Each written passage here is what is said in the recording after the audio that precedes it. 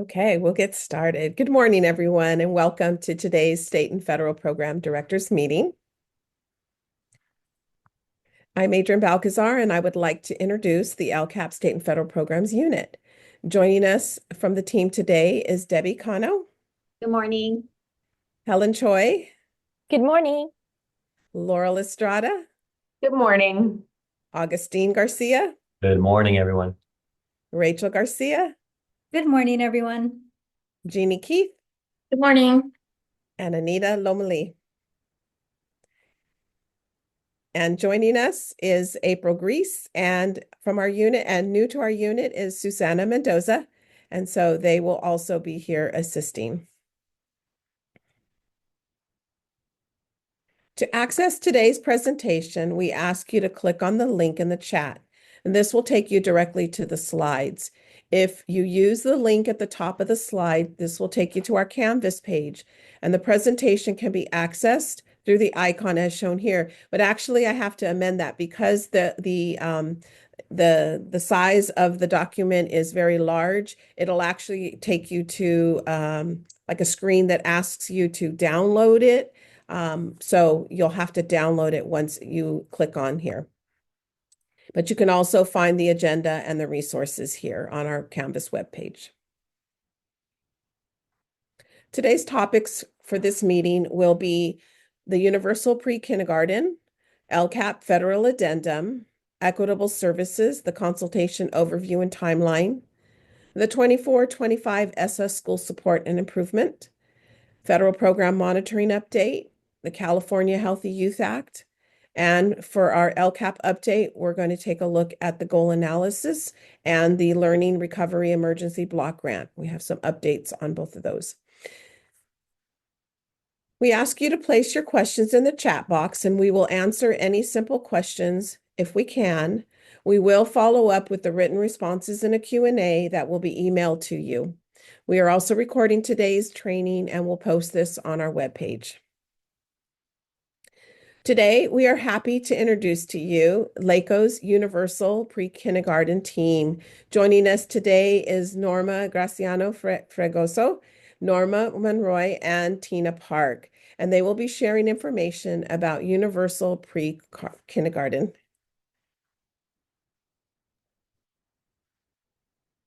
Good morning, everyone. Thank you, Adrian. My name is Norma Fregoso Graciano. I am currently serving as the Provisional Program Manager overseeing Universal Pre-Kindergarten, or also known as UPK, as well as the California Preschool Instructional Network, also known as CPIN.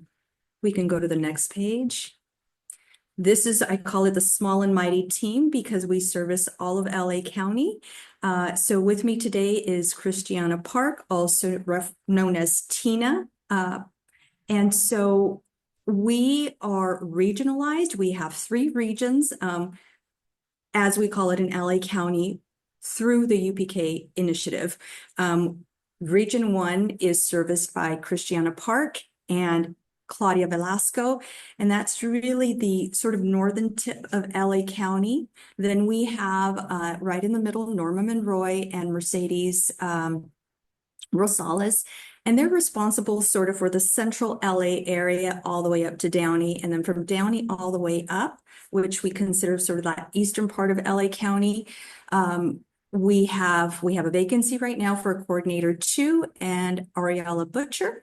And so we service all charter schools and LEAs. Next slide, please. So the mission for us here through UPK is really all about transforming early education one joyful learning experience at a time. And what do we mean by that? We really, when we walk into TK classrooms, we look at these 3 words. When we think about, does the environment foster choice? Does it foster wonder? And does it foster delight? When we think of a TK classroom, we're really looking at it from a play-based perspective. Is it play responsive? Because we know that children play, right, to make sense of the world. And play prepares the central nervous system as well as the prefrontal cortex. So when we look at play and our mission statement, we're really looking at, is the classroom developmentally appropriate for this age group? because they are 4 years old, right? They're still preschool aged. Next slide, please.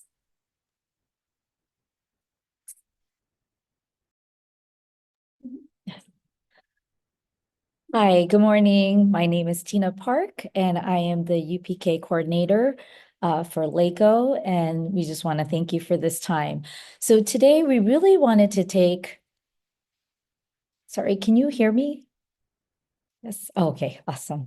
So today we wanted to take this time to really have a moment to share the importance of early education and some TK requirements that's coming from the state, as well as taking some consideration in terms of integrating the TK work into the SIPSA and the LCAP as you guys are developing them at this time. And then lastly, our goal is also to learn about the LACO UPK service delivery system and some of the resources that we have for you today in this short period of time.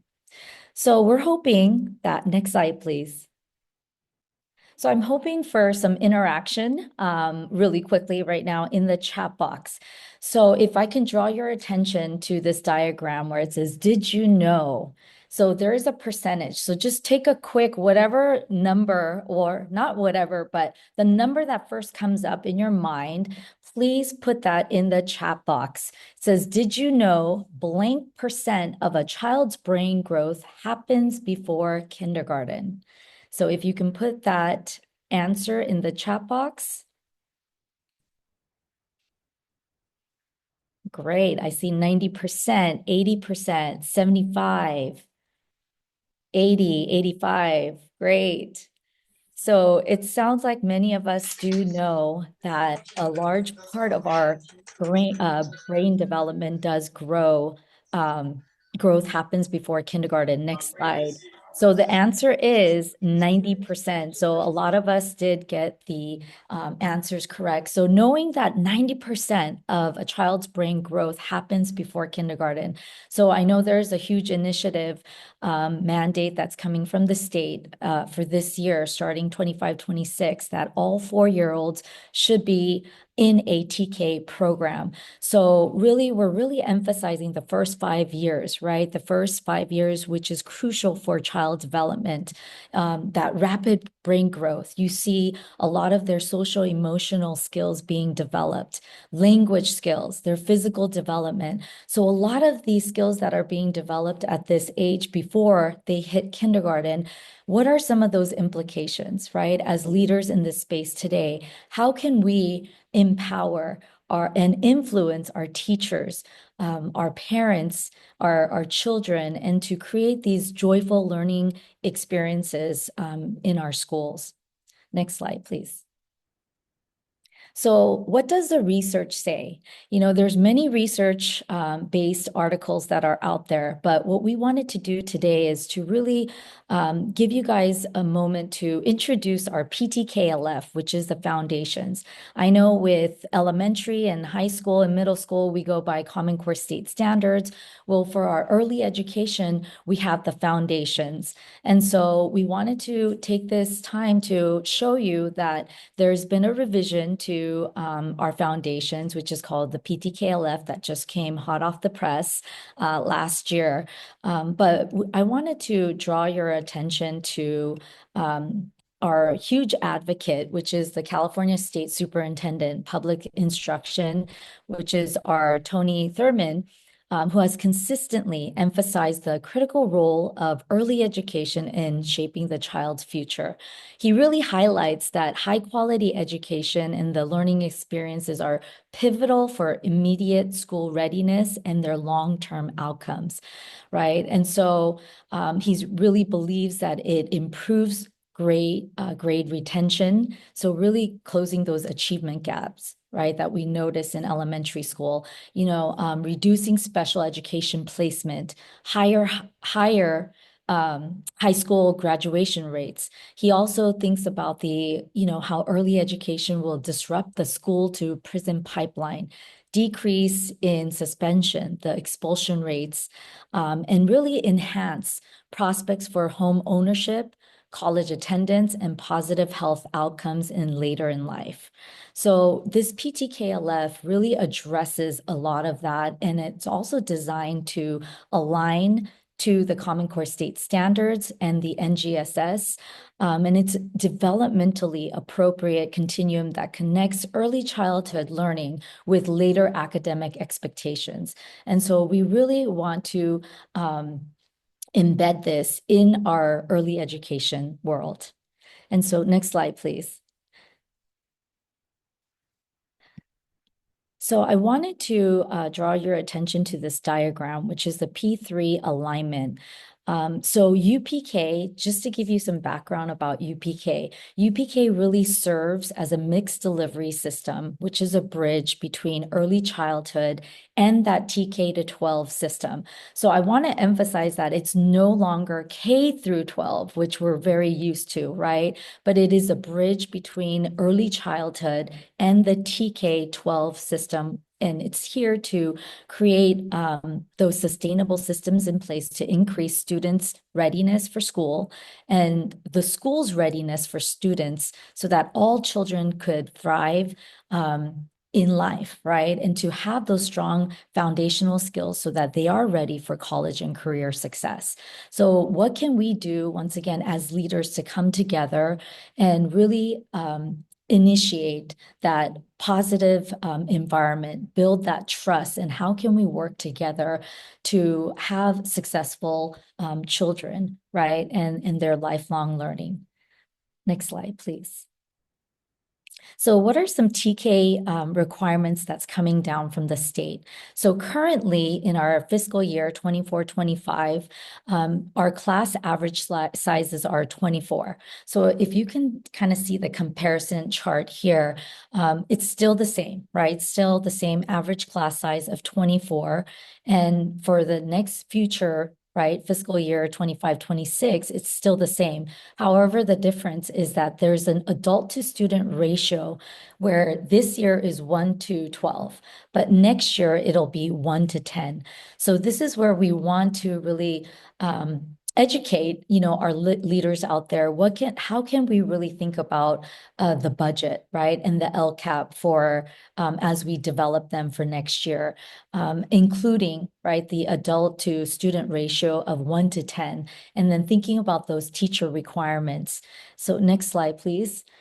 So coming down from CDE, they are saying that, it is in the governor's proposed budget to include this funding, right? The new ratio from 1 to 12, it's going 1 to 10. And so the final outcomes will be revealed in our June 2025 budget, but he has proposed that, right? So that is included for next year. Also, the teaching qualifications to ensure by this year in August, we need to have all TK teachers to have their credentials and 24 units of early childhood education, as well as the instructional time, 36,000 minutes per year. So as we think about schedules, right, and what's appropriate for our children, taking this into consideration, and also looking at the curriculum. So there's no endorsed curriculum that comes from the state of California, but we are using the PTKLF. So we have a lot of training around future CPIN training around our PTKLF. So we do encourage you to have your teachers and leadership team join us. Next slide. So we wanted to just kind of outline, right, what are some developmentally appropriate materials and things to really consider for next year as you guys are in this development phase for your SIPSA and your LCAP. So we're really thinking about and just noticing some trends that as we go out into the fields in our in districts and LEAs and charter schools, these are things to consider, right? The close proximity for restrooms, right? Having easy access for that, drop off, pickup locations for our youngest learners, having child appropriate height, right? The appropriate furniture, the materials, the sinks, drinking fountains. We're also noticing lunch benches, how we're providing lunch benches that are more appropriate for the upper grade. So we're hearing a lot from the field that these children are like kind of falling through as they're eating their lunches. So really taking that into consideration as we, put in the budget for appropriate furniture for our children. The classroom layout, where it's not just, individual sized desks, right, for children, but thinking about how we are defining spaces for our children, because the environment is such a important space for our TK children. We really think about the third teacher in the classroom. So thinking once again, the developmentally appropriate intentional materials, right, that are research-based. Thinking about the schedule of the day, which I'll kind of go over in the next slide. And then also thinking about the whole child approach. I know that you guys are familiar with cradle to career, right? And we're thinking about the whole holistic child approach. And so that's what some of these things that we are taking into consideration. Next slide. So as you take a look at this illustration here, the first thing that I want to draw your attention to is that playful learning as you take a look at that tree, right? In order to have those strong foundational skills in a TK environment, we are really taking that playful learning approach. And, as a previous principal myself, I would often think playful learning has to do with, more of a babysitting, right, environment. But we're really taking you guys through that. It's not a classroom where it's just supervision all day from the teacher, and we're just letting the children go to their learning spaces and just playing. But it's really these intentional instruction that's happening, right? The teacher is planning these careful lesson plans, right? That has a lot of intention as the children are off in their playful learning spaces. So as you take a look at the branches in that playful learning and some of the leaves, right? I want to draw your attention to the learning centers. So that kind of takes up the whole part of the day where learning centers is the important part. Yes, there is small group instruction. Yes, there's music and movement, the interactive read alouds taking place, but we want our TK environments to take most of the day in these learning centers where we're not just looking at small group instruction. We're not just thinking about the block schedule where there's math or there's ELA time, separate science time, but we're taking our children into the real world space in that learning centers where there's social dramatic play.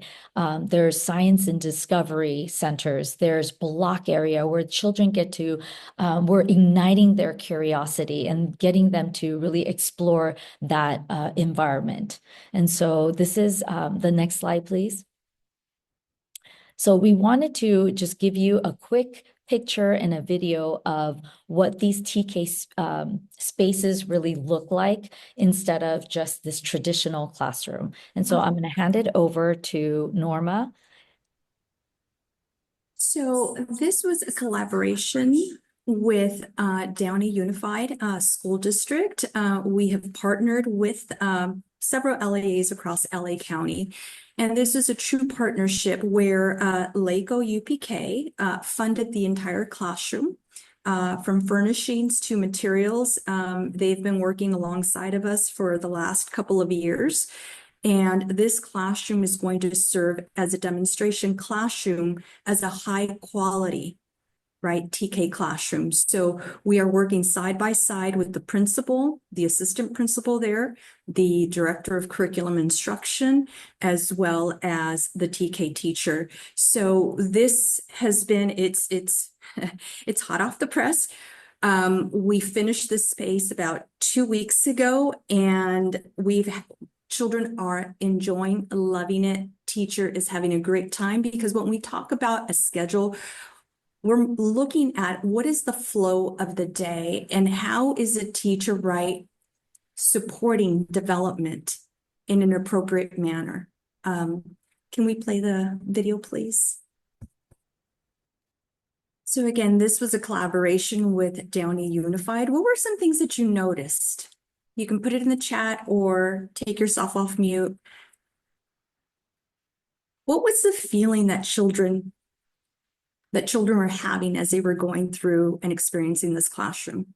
Absolutely. Interactive play, learning through play, absolutely. Think of the sense of wonder. Do you recall early on our mission statement?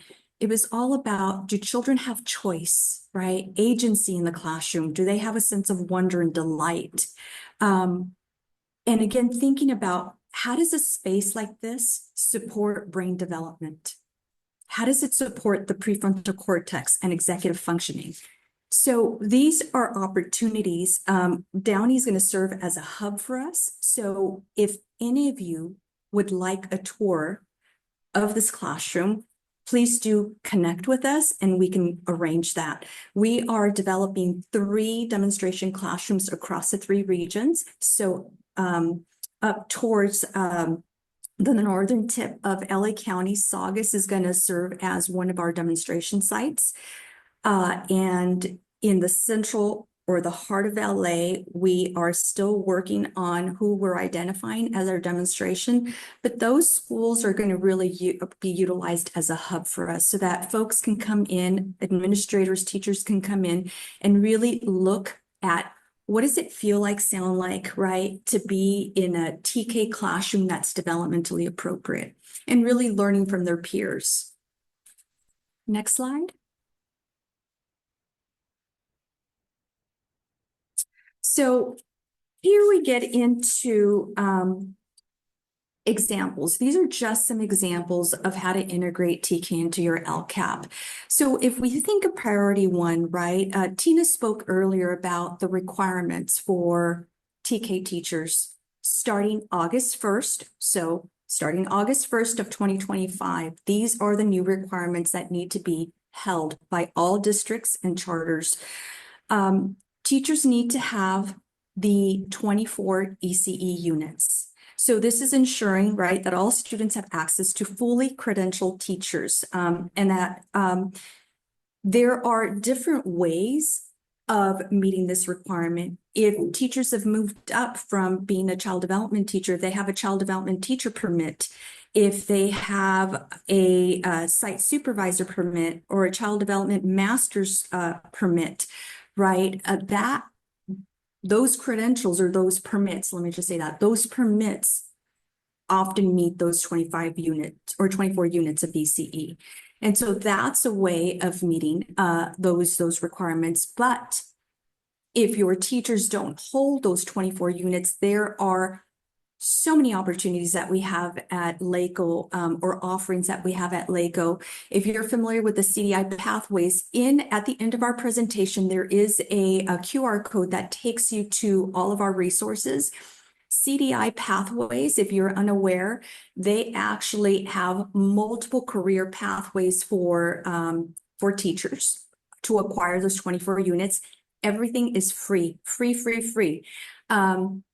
There are pathways for instructional assistants if they want to further their careers. So there are so many opportunities to meet those requirements where districts don't have to, worry about how to get teachers, right, fully credentialed. There's also a teacher credentialing pathway. Again, do connect with us and we can certainly help you with that. Priority 2, implementation of state standards. So this is where the PTKLF comes into place. And how can we support you? We can support you through professional development. We have incentives that we are currently offering schools. We have $7,000 incentives, of course, that come with certain criteria that you have to meet, but we'd love to partner with you, come out and see if you're a candidate for those $7,000. And again, that can go through, we can support you with furnishings, we can support you with materials. So again, this is another way, right, to really get your classrooms to be developmentally appropriate. Priority 4, we just learned yesterday And I'm currently here at a UTK symposium here in Anaheim. And one of the things that we learned, everybody is using a different assessment. The state hasn't required that we all, adhere to one assessment or one curricula. So there's something like the DRDP, the desired results. And what they're doing with the desired results is they're revamping them so that now they are specific to TK. So if you're looking for an assessment, know that CDE is currently working on producing an assessment that's appropriate for TK. And again, when we think about sort of pupil engagement, right, and we're thinking about how do we support, or how do we get families to bring children to school? I can tell you, if we have an environment that offers a sense of wonder, a sense of choice and delight, children are going to want to come. If their environment is conducive, right, to an age appropriate, we call it DAP, developmentally appropriate learning environment, they're going to want to come to school. And then priority 6, and again, these are just examples because they actually fit into all priorities. In school climate, and thinking about sort of the nurturing and safe environments, when we have an environment that's developmentally appropriate, like the one we just shared, right? You're fostering that social emotional development that is critical for children at this age group. And we always say that play is a way, play is a means, right, to making sense of the world. That's how children make sense of the world, through play, through experience, through opportunities, through problem solving, through having agency. Next slide, please. So you might be wondering, well, I may not have the funds. I don't know how to do this. We are responsible, LACO is responsible for the P&I grant, the Program and Implementation Grant.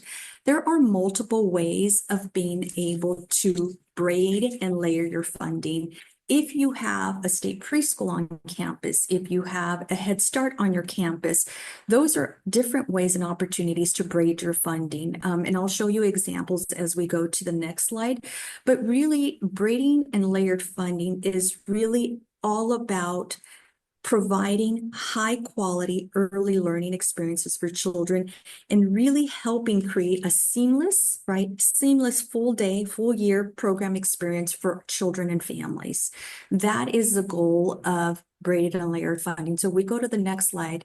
These are the different ways or the different configurations on how you can braid or layer your funding. So for example, the first example here is LAAs offer 6 hours of TK, and then your ELOP, right, offers the 3 additional hours. And if these are just examples, right? If you have children that go through to the after school program, you can use some of those dollars to fund your outside area, your outside environment. So there are very creative ways to be able to do this. And I encourage you and invite you to meet with us, call us, and we can provide some guidance for you around this. And LAs offer 6 hours, right, of TK. You can partner with the CSPP and offer the remaining hours. Most CSPPs have AM and PM schedules where they offer a 3-day program in the morning or 3.5 program, depending on their funding. And then they offer in the afternoon, like 1 to 4 or 1 to 4:30. So there's different ways that you can support families in getting an extended day. And then I'll just go through another example. LAAs offer 4 hours of CSPP, and then the remaining hours are offered through the TK program.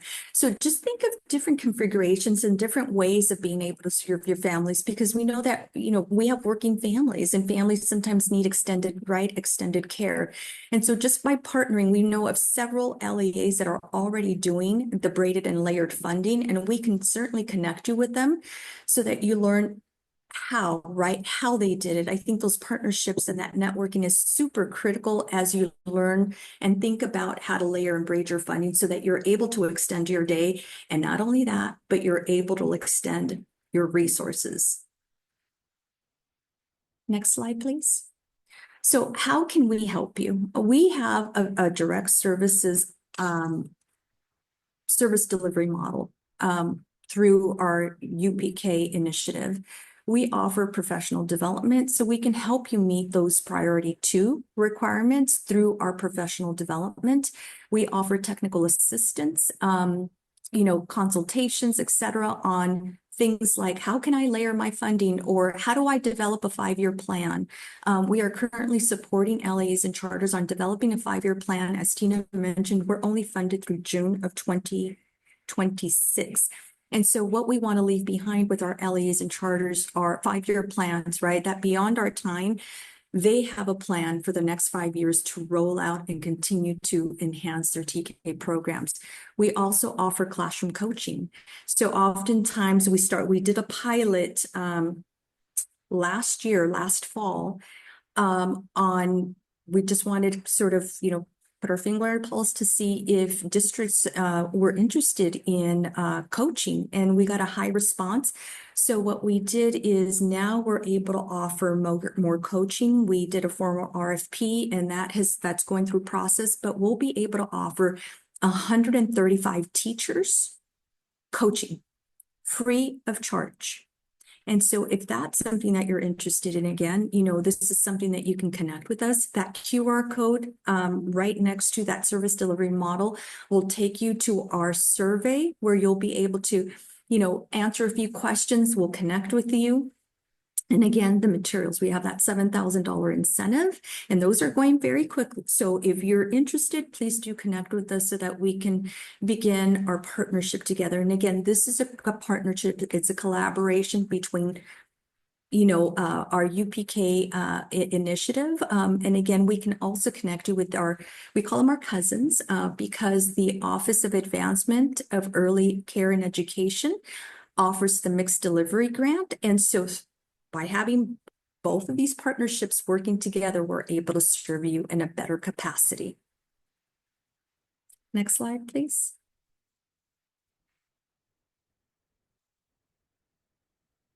And so what you'll see here is we have additional resources. So if you click on that link or that QR code, it'll give you additional resources from CDE. These are hot off the press releases from CDE. You'll also have a link to the PTKLF because it's online and it's electronic. So all materials, all surveys, anything that you need is at your fingertips here. So do connect with us if you are interested in receiving any additional supports. We thank you for your time, and thank you, Adrian, for allowing us the space to come in and present on UPK. Oh, thank you so much. It's just wonderful to see kids and, do the work that you do and share, and you get to share about it. So thank you so much. And the contact information here is for all of our participants. If, you want more information, please reach out, and, we're all here to support. Thank you. Adrian, I forgot one more thing. We Sure. offer institutes. We offer institutes 4 times a year. The next one coming up is March 3rd, which you'll see in our resources. I'm sorry, March 4th.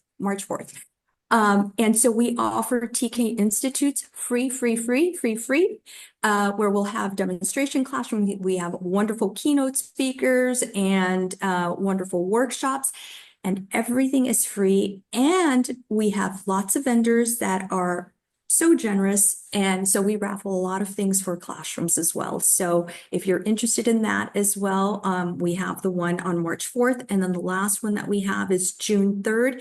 And it's for both administration and teachers. Thank you. Wonderful. Thank you so much. Okay, and now we move on. Hi, good morning, everyone. So in this next section, we just have a few reminders regarding the LCAP federal addendum.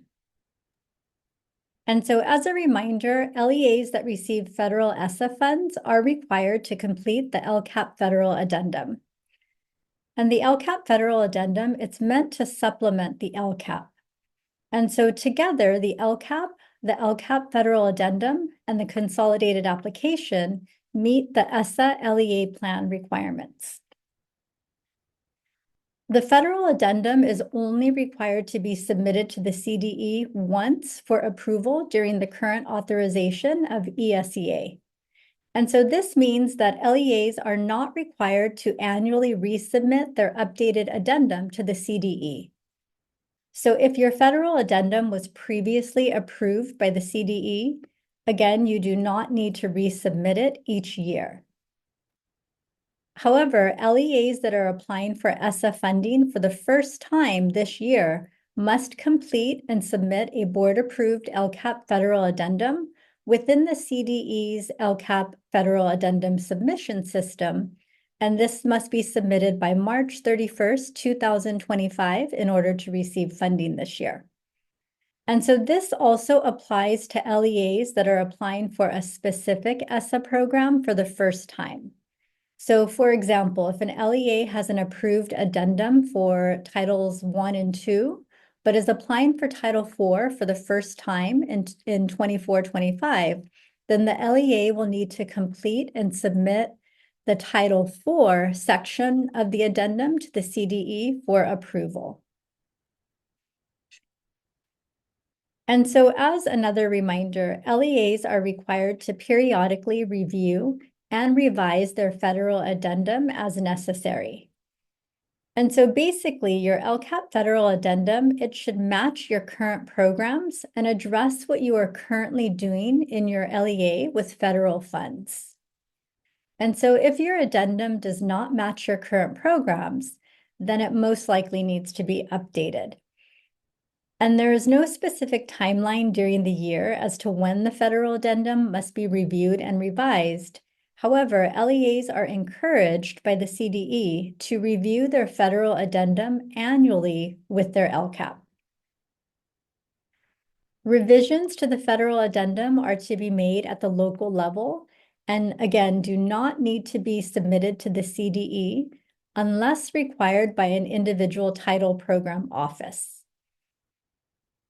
And any revisions to the federal addendum, they must be adopted by the local governing board.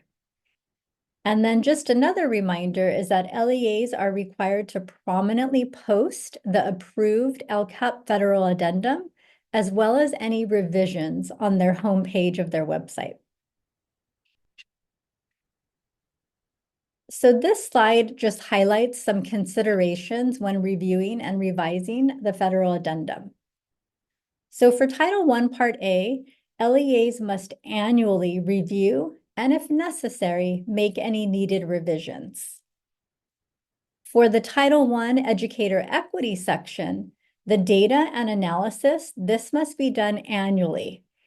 And so this provision requires LEAs to describe how they will identify and address any disparities that result in low-income and minority students being taught at higher rates than other students by ineffective, inexperienced, or out-of-field teachers. And so LEAs need to conduct local equity gap analysis to be able to appropriately describe the local process for identifying and addressing disparities. And the CDE has resources and tools available for this process on their website to support this. And so we've linked that on the slide as well. For Title II, LEAs must annually review and, if necessary, make any needed revisions.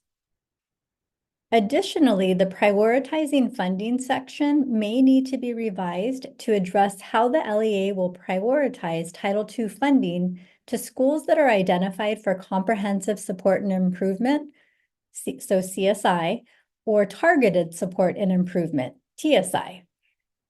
So for example, if you have schools that were just identified for TSI this year, then you will need to update this section to reflect how funds will be prioritized for those schools. Now, the Title III section of the addendum, this needs to be reviewed and revised annually.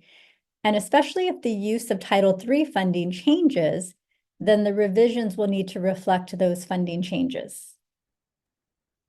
For Title IV, this section should be reviewed annually and again revised if the Title IV program has changed.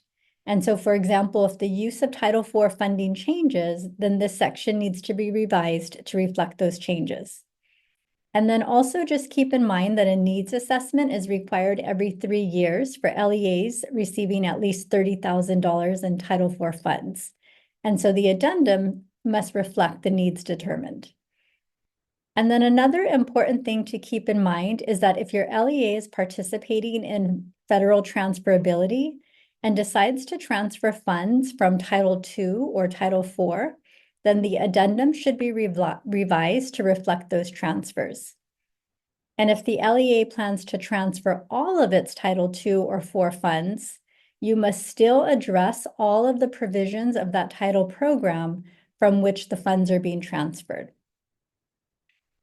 And so lastly, just keep in mind that this slide is not all inclusive and there may be other updates needed. And so it's the responsibility of the LEA to adhere to the revision and update requirements specific to each title program as applicable.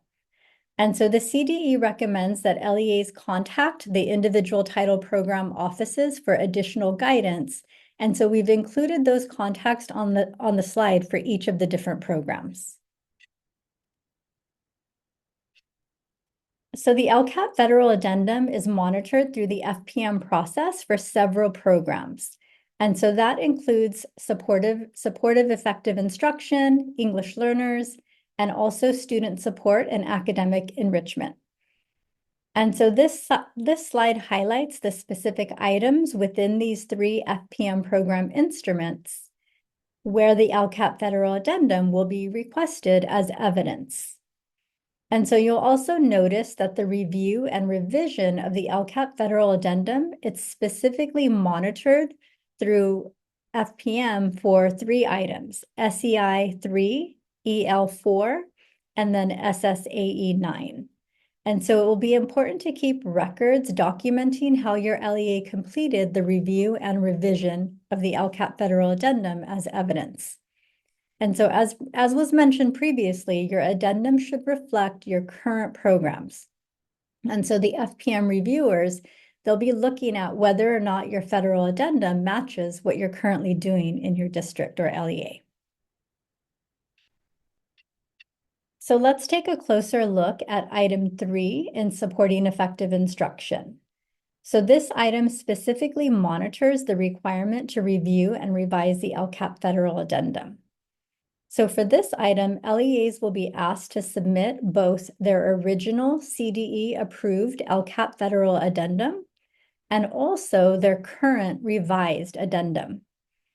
And so FPM reviewers will also be looking for evidence documenting the LEA's implementation, monitoring, and revision of the federal addendum. So this might include presentations to your local governing board, obtaining feedback on the title program, meeting agenda minutes, and participant list from advisory committees addressing the program initiatives, also professional development planning sessions, or also surveys and feedback forms. So here we've just included links to a few resources to support you with the LCAP federal addendum. And so the first is a link to the CDE LCAP federal addendum webpage.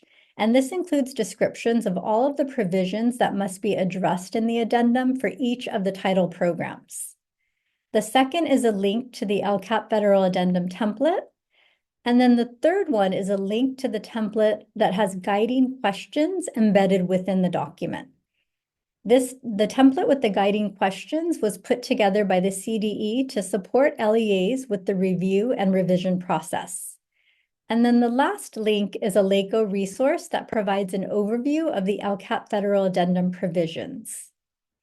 And so that concludes this section. So next I will turn it over to Augustine. Thank you, Rachel. Good morning, everyone. I hope you're all doing well. Let's go ahead and get started. So what are equitable services?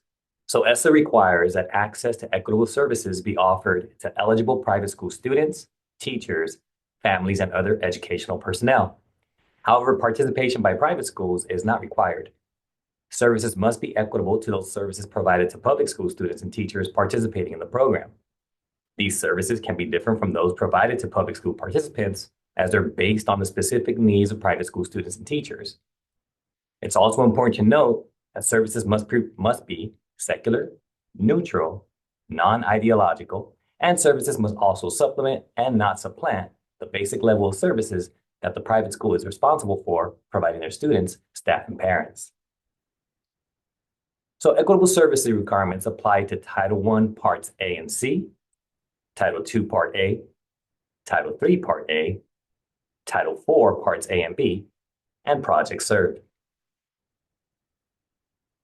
An important reminder regarding equitable services is that funds must be obligated in the fiscal year that they're received so that eligible private school students, teachers, families, and other educational personnel receive the services that they're entitled to in a timely manner.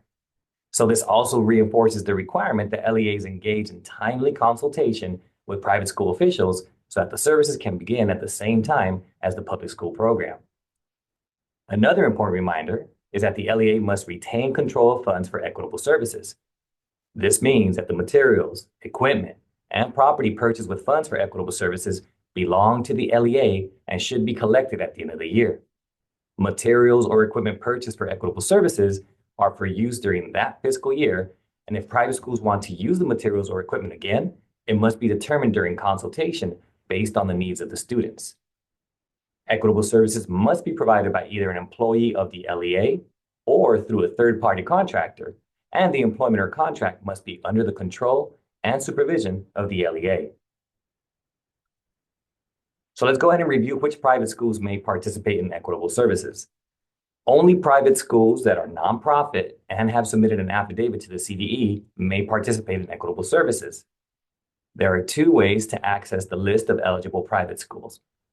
The first link on this slide will take you to the CDE website where you can access the list of all the private schools with an affidavit on file. The second link is a searchable database that allows a search by district for the private schools within district boundaries. A county password is required to access the database, and the password for LA County is listed on this slide. One thing to keep in mind is that the CDE does not verify the accuracy of the information on those affidavits. The CDE expects districts to verify the accuracy of student enrollment data and tax exempt status through the consultation process. So as you're consulting with private school officials, you want to verify this information. In terms of private school participation in the various federal programs, there are different requirements for Title I, Part A than there are for Title I, Part C, and Titles II, III, and IV. For Title I, nonprofit private schools both within and outside of the district boundaries may be eligible to participate because funding and services are based on the student's residence in a Title I school attendance area.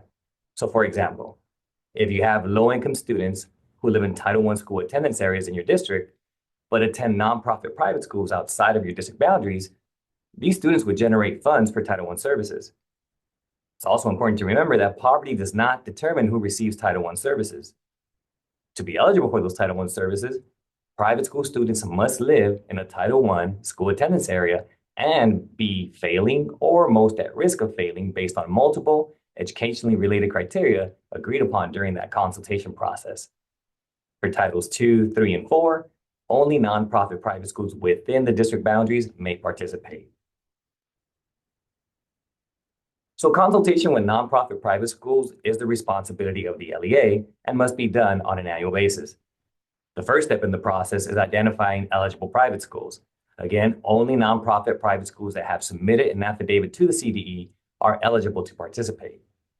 So you're going to want to contact the schools to make them aware of the programs and services for which their students and staff may be eligible. For Titles II, III, and IV, you would initiate contact with private schools within your district boundaries. For Title I, you would contact private schools within your district boundaries, as well as private schools in adjoining districts to determine if they have eligible students enrolled. Most LEAs use an intent to participate letter to initiate contact with private schools. Consultation involves ongoing discussions and meetings between public and private school officials on key topics related to the provision of equitable services. The goal of consultation is agreement between the LEA and private school officials on how to provide equitable and effective programs for private school students, teachers, and families. The results of the agreement are reported to the Ombudsman through the spring CONAP submission. So consultation with private school officials must be timely and meaningful and must begin early enough to prepare for the next school year. Consultation must occur during the design and development of programs and before the LEA makes any decision that can impact the participation of private school students, teachers, families, and other educational personnel. It must also be ongoing throughout the year to ensure effective implementation and evaluation of services. ESEA requires our LEAs to address specific topics during consultation. Some of the required consultation topics are included on this slide, such as how the needs of private school students and teachers will be identified, what services will be offered, and how the services will be assessed. Sorry. Keep in mind that a unilateral offer of services by an LEA with no opportunity for discussion or the application of a blanket rule is not adequate consultation. Effective consultation provides an opportunity for all parties to express their views and to have those views considered. And LEAs must maintain documentation that verifies that it has met the requirement for timely and meaningful consultation and has provided equitable services. This includes intent to participate letters and evidence of consultation attempts. You'll want to ensure that you have documentation of outreach to private schools, so anything mailed should be sent via certified mail, and anything emailed should be sent with read receipts. Other documentation that LEAs must maintain includes meeting agendas and minutes, any data collected to assess or evaluate services, service agreements or contracts with third-party providers, monitoring and assessment tools, an inventory of any materials, property, or equipment purchased, and identification criteria for student eligibility for Title I services. Also, if the LEA disagrees with the private school officials on any topic discussed during consultation, the LEA is required to provide in writing to the private school officials the reasons why the LEA disagrees, and any written explanations of disagreement should also be kept on file. So here we see some screenshots of the CDE's intent to participate and written affirmation. You can access these forms at the link provided on this slide. But most districts use some sort of intent to participate form to make that initial contact with private schools. The consultation process is initiated annually when the district reaches out to private schools to explain the intent and purposes of the applicable federal programs that their students and staff may be eligible to participate in. It's important to obtain a copy of the intent to participate form for each private school, whether or not they intend to participate in equitable services, and also include a deadline by which they need to respond.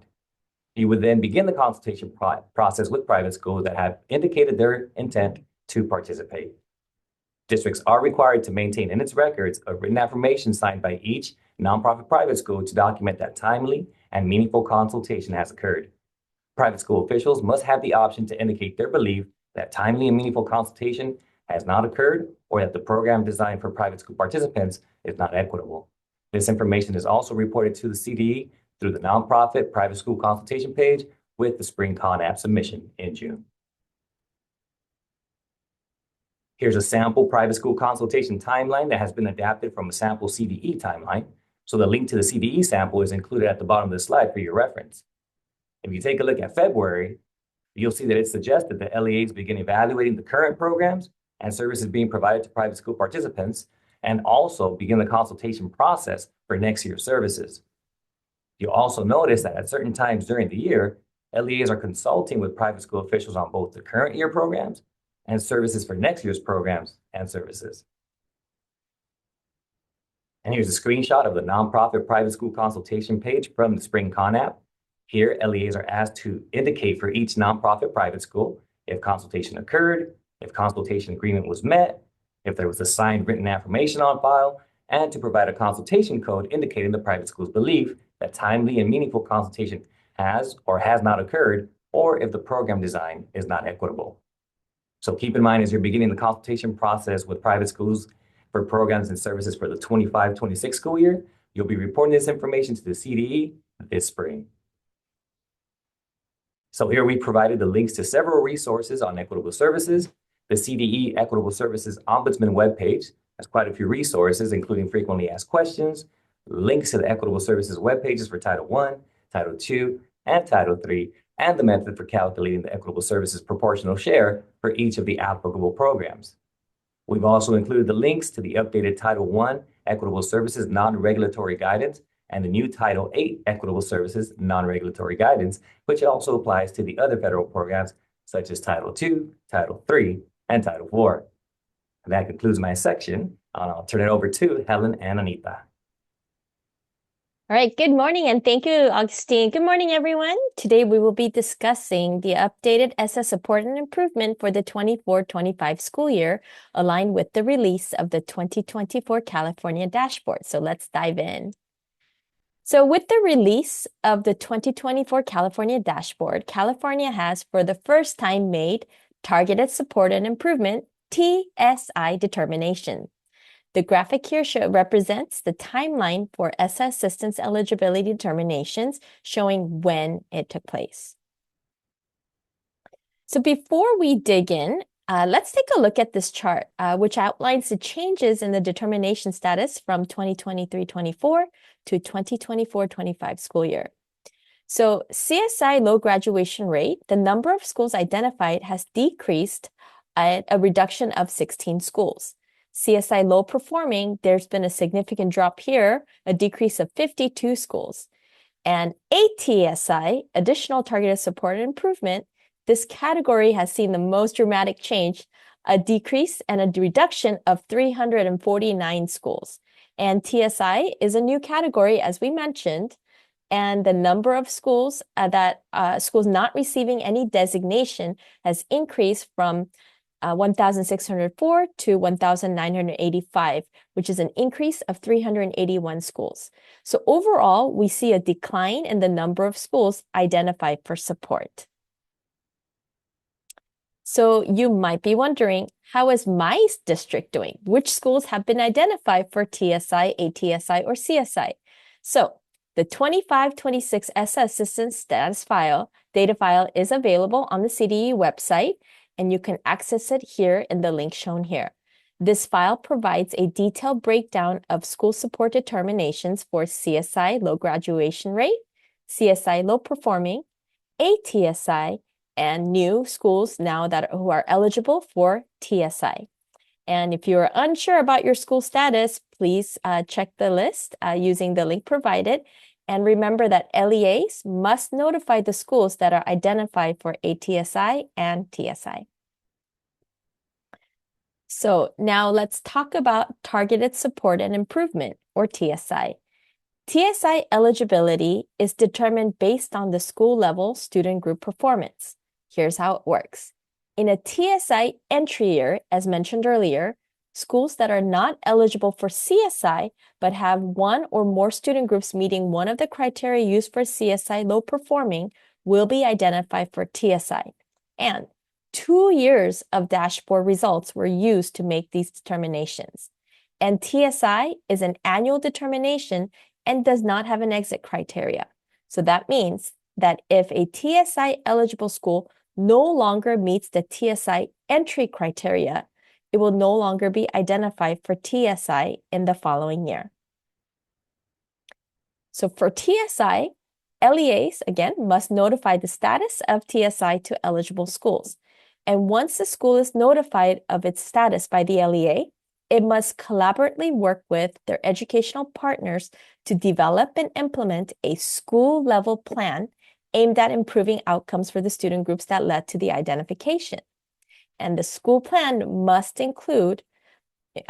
informed by all state indicators on the California School Dashboard, and it must include evidence-based interventions. And additionally, for 25-26, TSI plans must be approved at the local level by the school and the LEA, and should be ready for implementation no later than the first day of the 25-26 school year. So moving on to ATSI.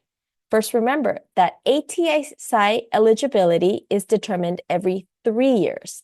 The next evaluation will take place with the 2026 California dashboard. And here's how it works. ATSI schools have the opportunity to exit annually if they meet the exit criteria. Schools that meet the exit criteria will no longer be identified for ATSI. Schools that do not meet the exit criteria will remain as ATSI, and there's no funding available to ATSI, and just like TSI, LEAs are required to notify schools of their ATSI status. So like TSI, the planning requirements for ATI schools is that upon notification by the LEA, the school is required to collaborate with educational partners to develop and implement a school-level plan aimed at improving outcomes for the student groups that led to the ATSI identification. And similarly, the school plan must meet the following requirements. It must be informed by all state indicators on the California School Dashboard, and it must include evidence-based interventions. And the ATSI plan must identify resource inequities for the resource inequities. And remember that for the 25-26 ATSI plans, it also must be approved at both school and the LEA and should be ready for implementation, you guessed it, no later than the first day of the 25-26 school year. And now we will move on to CSI, which does have some funding available. Over to you, Anita. Thank you, Helen. So there are a total of 80 schools in LA County that continue to be eligible for comprehensive support and improvement, either for low graduation rate or low performance. And schools are evaluated annually using the dashboard to determine if they continue to be eligible or they exit status. Now, in the case of CSI for low performing status schools only, if the school meets the exit criteria for CSI, they are then evaluated to determine if they meet TSI eligibility. So it is possible to go from CSI low performing to TSI with the 2024 dashboard. But nevertheless, the next time the new CSI determinations will be made will be with the publication of the 2026 California dashboard. Now, on the right-hand side of this slide, you'll notice that CSI is based on overall school performance, has planning requirements, and does come with available funding. So before we discuss the planning requirements for CSI, it's always a good idea to have the outcome goal in mind. And this way, when we plan backwards, we plan, we can be strategic in what we're aiming to accomplish. So let's review the exit criteria for CSI. Schools identified for CSI low graduation rate can exit if their 3-year combined 4- and 5-year graduation rate reaches 68% or higher. Now, for low performing CSI status, schools must meet both of the following. They must no longer meet any of the original CSI low performing entry criteria, which includes multiple red indicators, and they must show improvement in change on at least one state indicator that was read on the 2023 dashboard. Schools that do not meet these criteria will remain in CSI status. So let's walk through the key planning requirements for CSI, which apply to all LEAs eligible for CSI, whether or not they plan to apply for the SS Section 1003 School Improvement Funds. The first step in CSI planning is collaboration. ELAs must work with educational partners to develop and implement a CSI plan. This plan must be informed by all state indicators, including how students are performing against state-determined long-term goals. Also, a school-level needs assessment must be conducted in order to uncover the root causes of eligibility. The CSI plan must also include evidence-based interventions, strategies, and/or activities that directly address the school's needs. And these interventions must have proven success in improving student achievement. Another key requirement is identifying and addressing resource inequities. Now, this might involve reviewing the LEA and school level budgets. One important question to ask during this planning is, what additional resources does this CSI school need to improve student outcomes beyond what is already provided to all schools? And finally, CSI plans for the 25-26 school year must be fully developed and approved at the local level. And to ensure a full year of support, the plan must be ready for implementation no later than the first day of the 25-26 school year.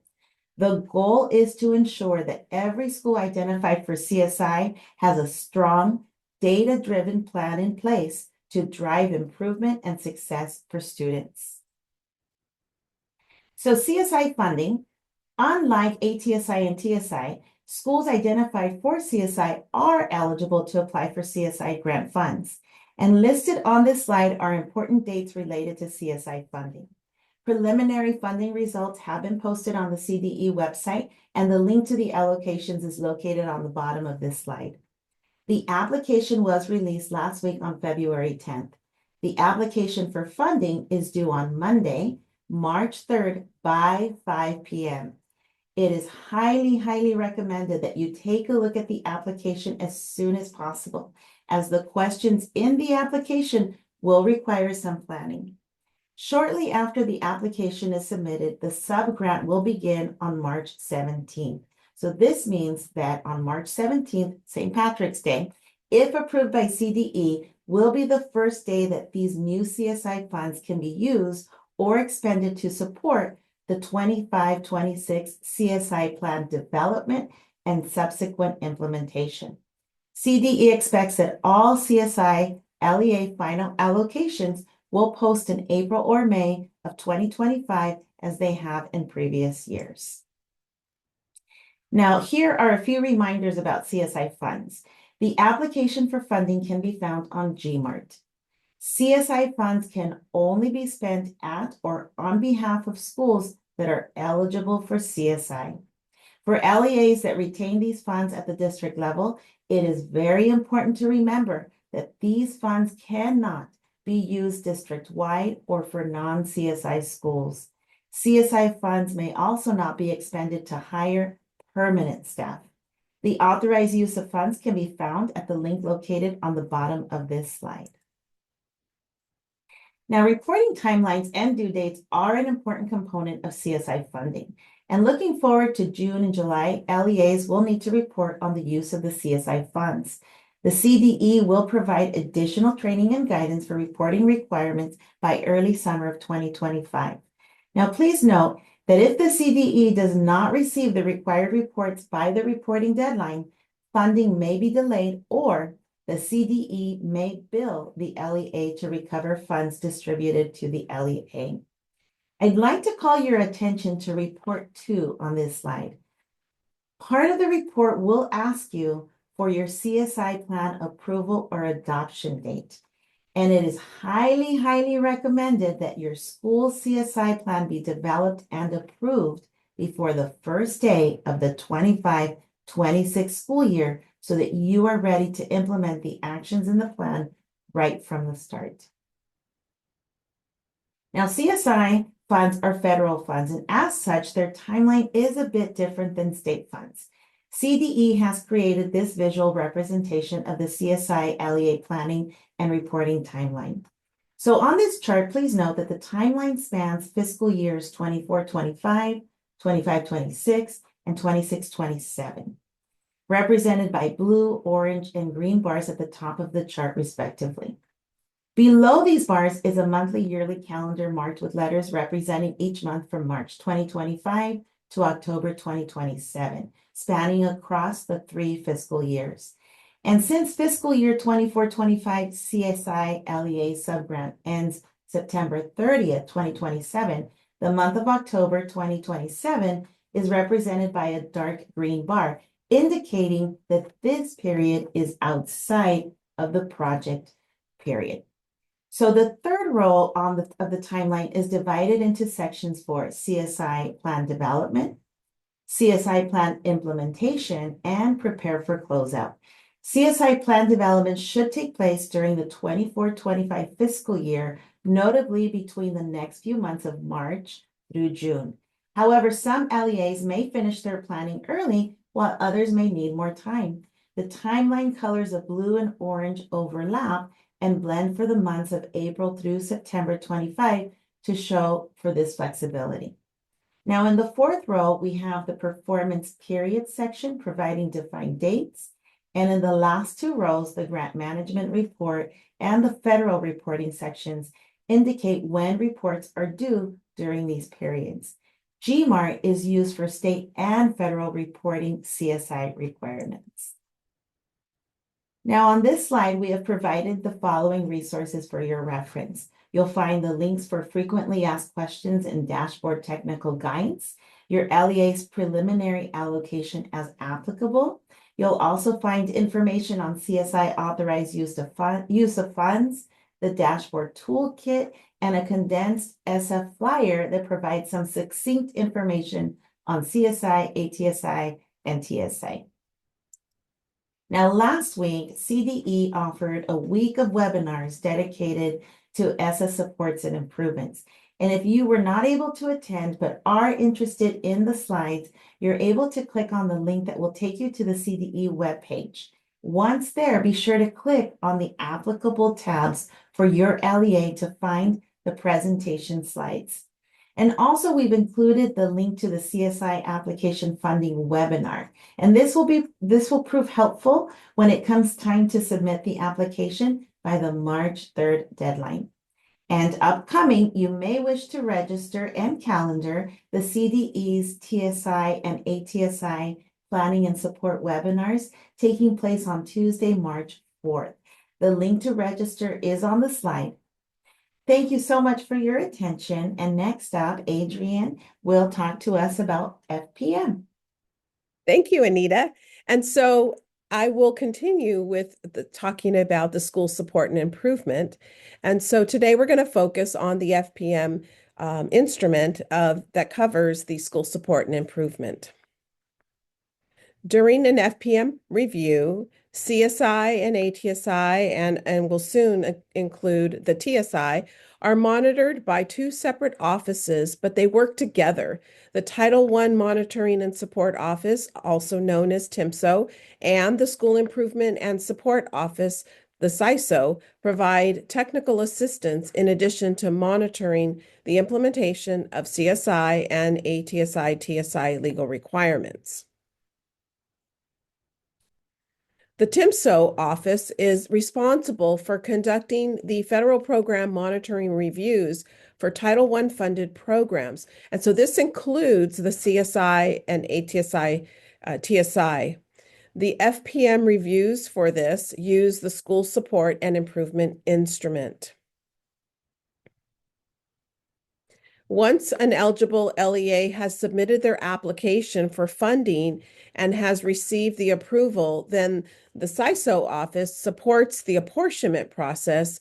It also monitors the use of CSI funds through the grant management and reporting tool, also known as the GMART.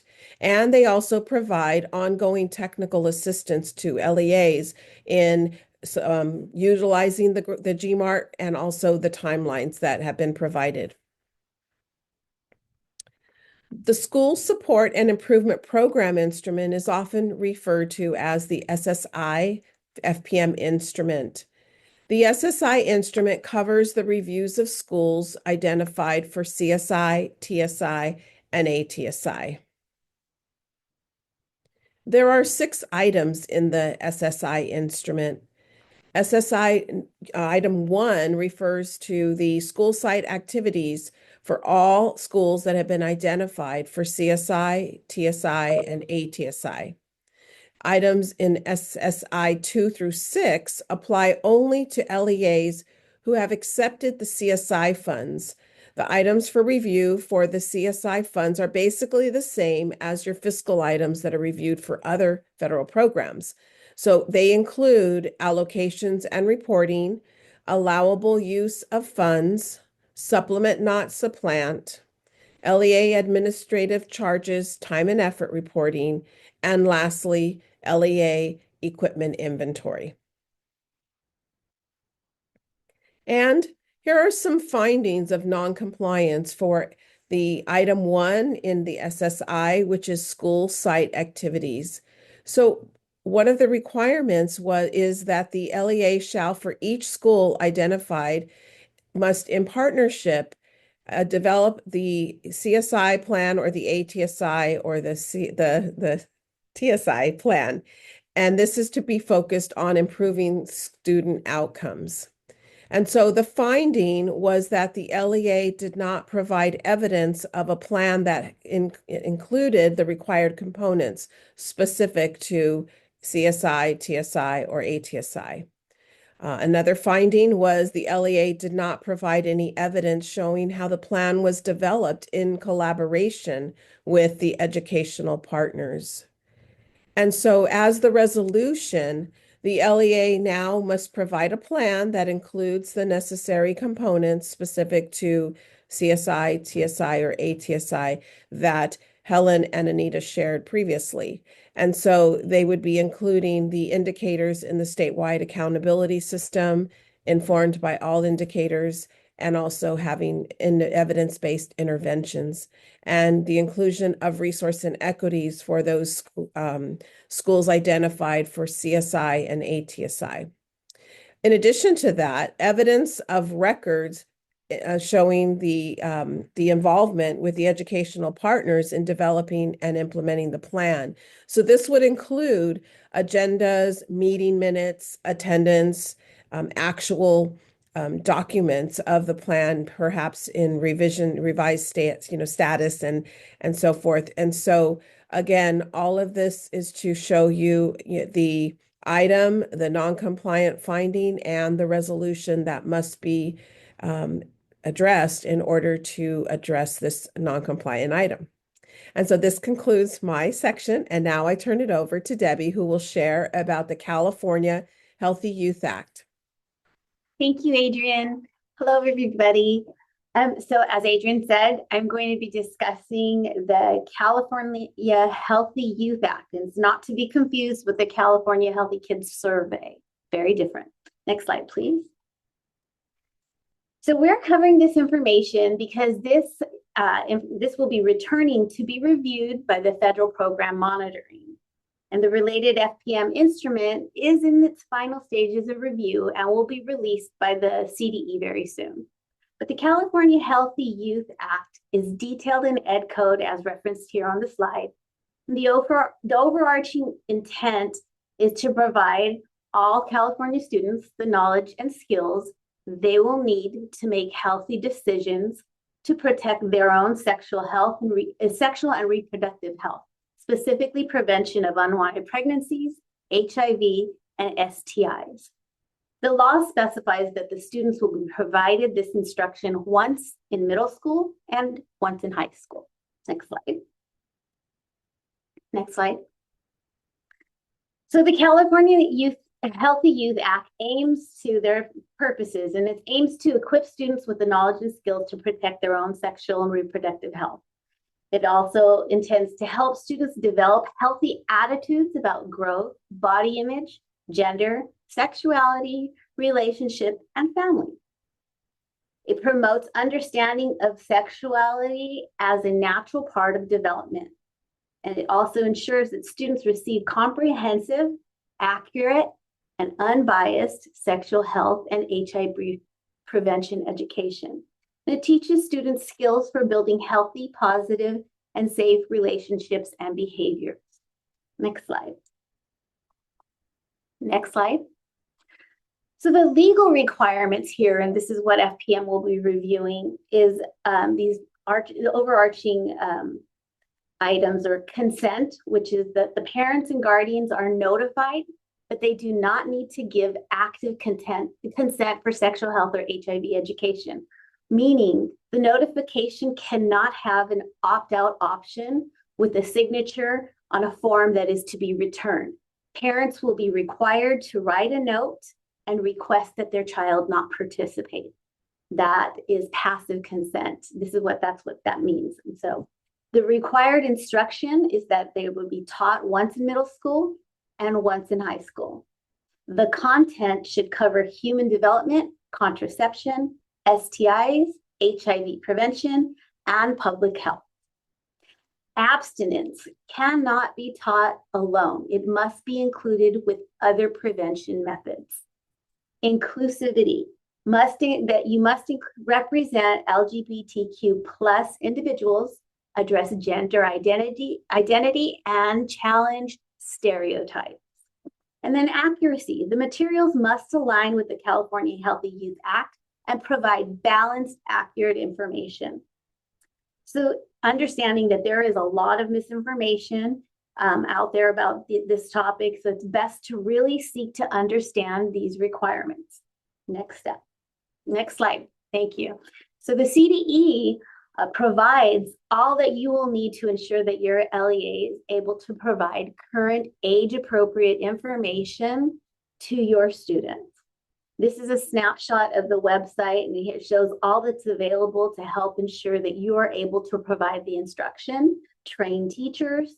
You can even borrow curriculum, and they have samples, which is on the slide there, of the parent communication, and gives you information on how to communicate with parents and then other educational partners. And on the slide here, as I mentioned, that there is a sample parent letter, and this meets the legal requirements for notification and implied consent. So it's a good idea, whenever the CDE provides a sample letter, use it. And if you want to revise it to make it look more like your other documents, you should make sure that all your components are included from the sample so that your version will be very similar to this and include each component that is included on that sample. Next slide, please. And lastly, so what do you do now? So we really, we talk about systems thinking and that cycle of inquiry and continuous improvement. So applying that, really understand first those legal requirements, and then consider who you should check in with and what you need to discuss about your organization and your system and where you guys really are with this. Then you want to identify any areas in your system that may need to have some revision or changes. Make a plan to do that and make those necessary adjustments to meet your legal requirements. And of course, you want to keep your documentation and information that you would need in an FPM that would document your compliance with these requirements, which would include like your professional development records, curriculum information, parent notification samples, etc. So once the FBM instrument is available, we will be sure to share it with you in a future meeting. And now we're turning it over to Jeannie for some LCAP updates. Thanks so much, Debbie, and good morning, everyone. Our LCAP update this morning will address the goal analysis in the annual LCAP process, as well as pending additional Learning Recovery Emergency Block Grant funding. So if we move on to the next slide, thank you. So we'll start here by taking a look at the goal analysis component in the LCAP template. As part of the current year's LCAP process, LEAs will be providing an analysis of how each of their goals was carried out in the 24-25 school year. And for your reference, included on the slide is the goal analysis section from the LCAP template. The 4 prompts are included that specifically address implementation of actions, any differences between budgeted amounts and estimated actuals that are material, the determination of effectiveness or ineffectiveness for all actions in each goal, and in the 4th prompt, any changes to goals, target outcomes, metrics, or actions for the upcoming year.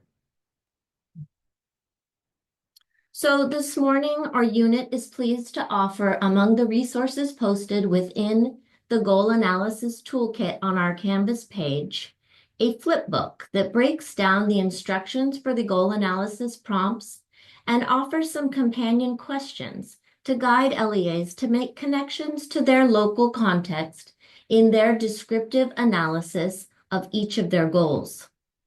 We'll walk through each of the 4 prompts over the next slides to provide a highlight of the components in this tool and how the tool might be used in your LEA's goal analysis process.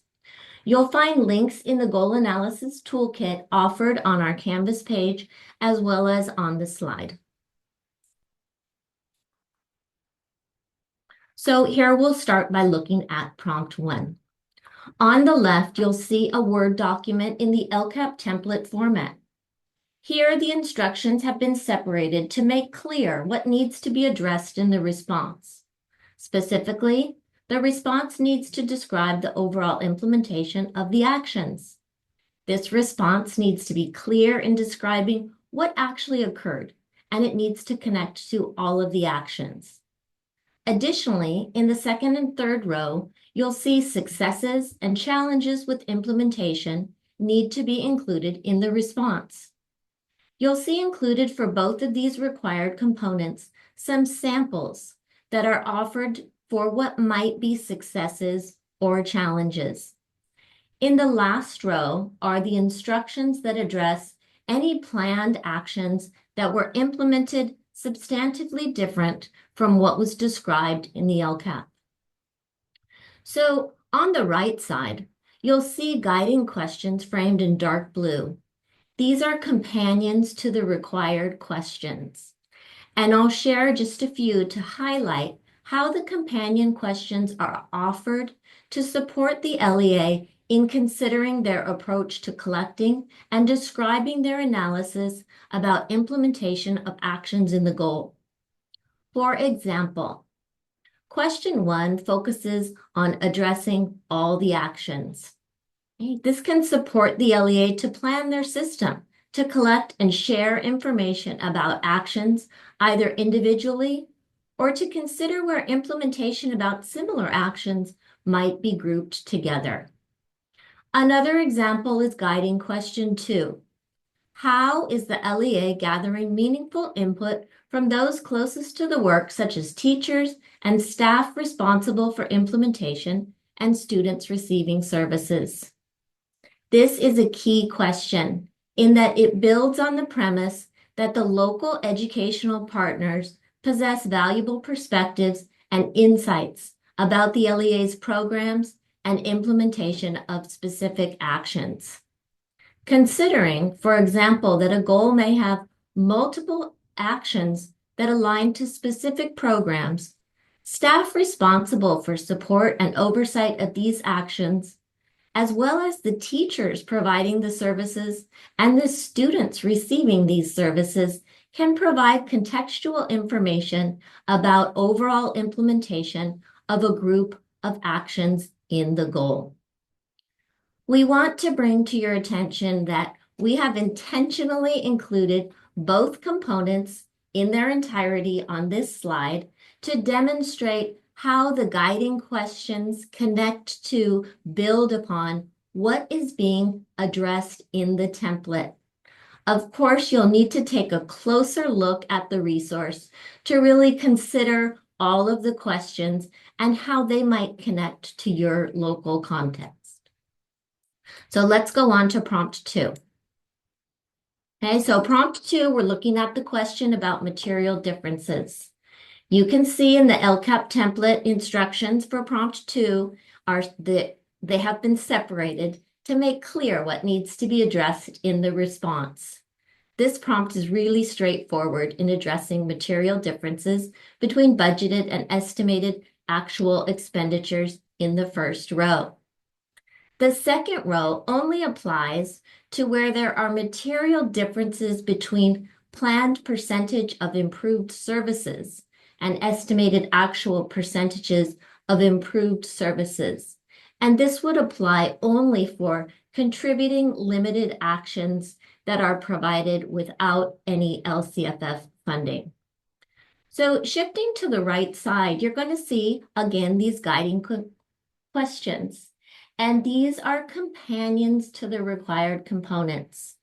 For example, considering the LEA's approach to program and fiscal collaboration, as well as alignment to the annual update action table implementation of actions in the goal, connects to how the LEA determines and reports any material differences.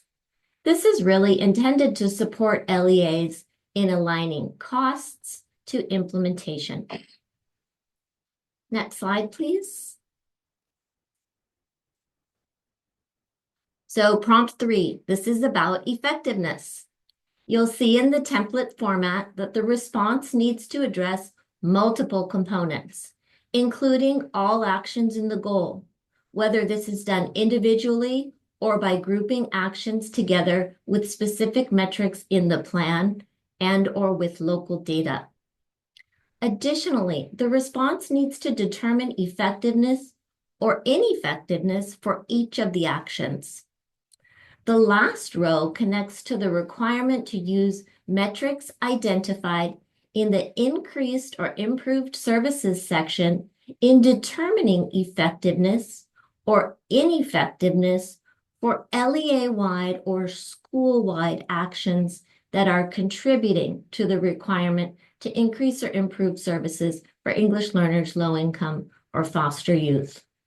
So as your LEA considers the guiding questions, and you'll see there's many in this section, you'll see they focus on the use of an alignment to the year one data reported in the measuring and reporting results section in the LCAP and to local data.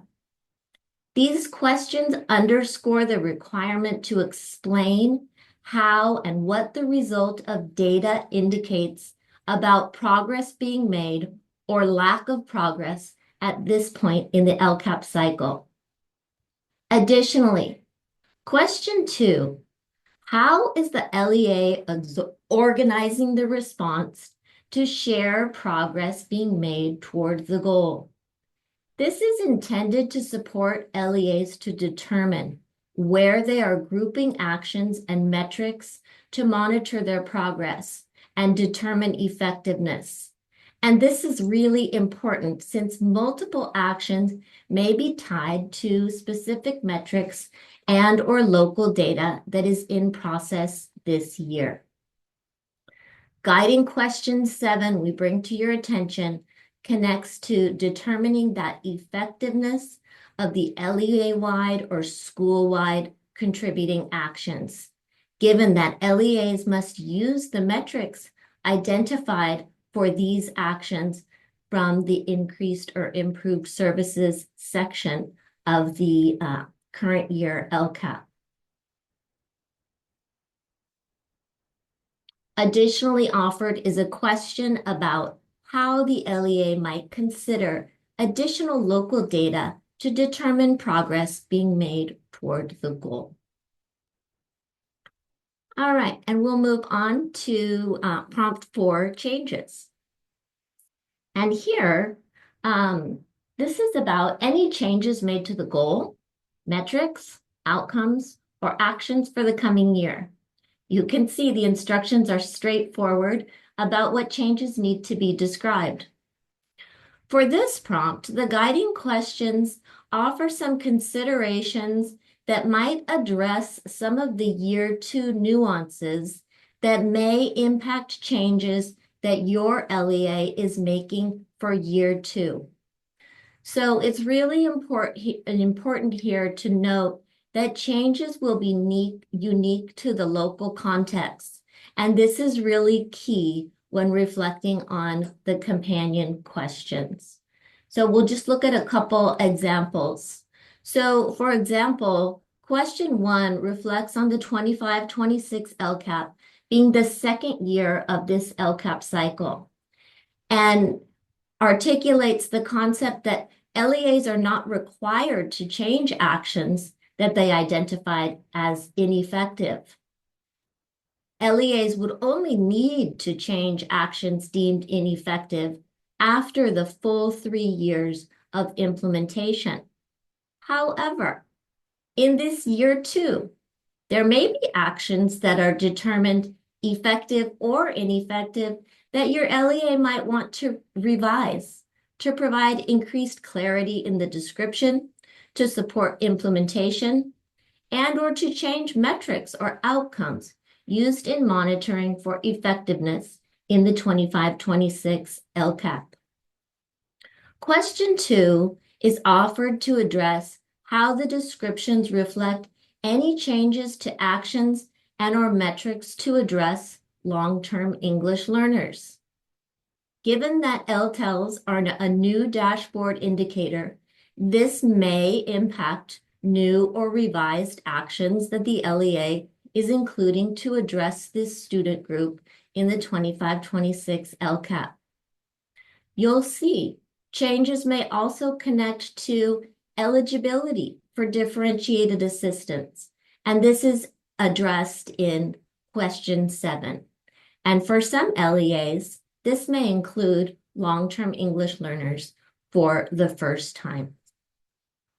Additional considerations focus on changes to LCAP goals that connect to the annual requirements for the equity multiplier goal and metric requirements, or requirements for the Learning Recovery and Emergency Block Grant funding. So with that, we will shift to some updates on the Learning Recovery Emergency Block Grant funding. Our next section provides some updated information recently shared by CDE, actually last week, about pending additional learning recovery and emergency block grant funding for LEAs.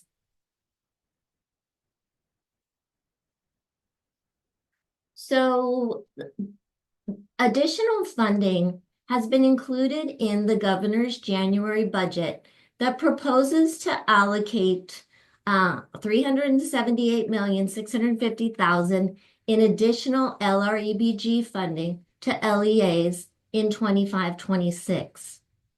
Additionally, there is intent to allocate the same amount of LREBG funding in both the 26-27 and 27-28 school year. These additional LREBG funds are subject to the requirements outlined in Ed Code for this funding source, which requires that an LEA that has unexpended LREBG funds include one or more actions funded with these funds within the 25-26, 26-27, and 27-28 LCAPs. And so, given this pending additional funding, CDE provided an update with a few options related to this pending funding. And I'm going to share those with you.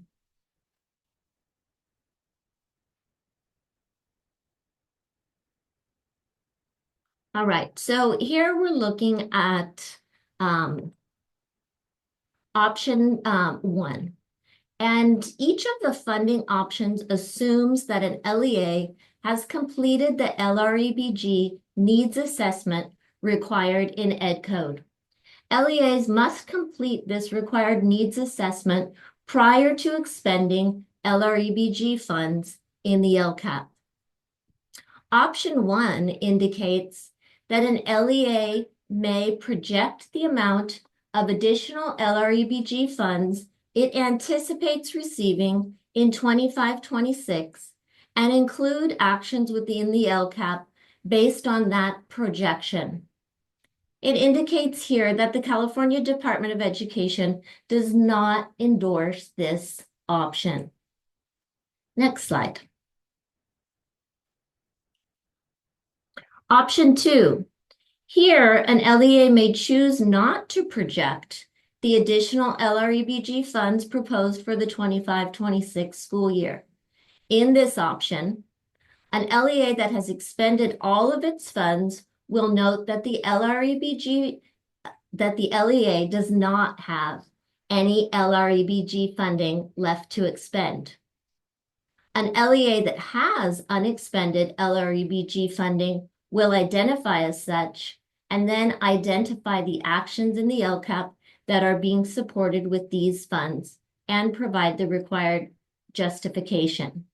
Then, once the actual apportionment of additional funds is known, the LEA may add any additional LREBG funds apportioned through the 25-26 Budget Act to the 25-26 LCAP as a part of the mid-year annual update process, provided that the LEA's educational partners are comfortable with the addition of the funds. And with this option, then any changes made to the funding must be documented in the applicable goal analysis of the 26-27 LCAP. All right, and on this next slide is option 3. And here the LEA may choose not to expend the LREBG funds in the 25-26 LCAP. And so we anticipate further communication from CDE on this pending LREBG funding and the required timelines. And we'll be keeping you posted as new information is provided. And so now I'm going to hand it off to Laurel to provide some important reminders. Thank you, Jeannie.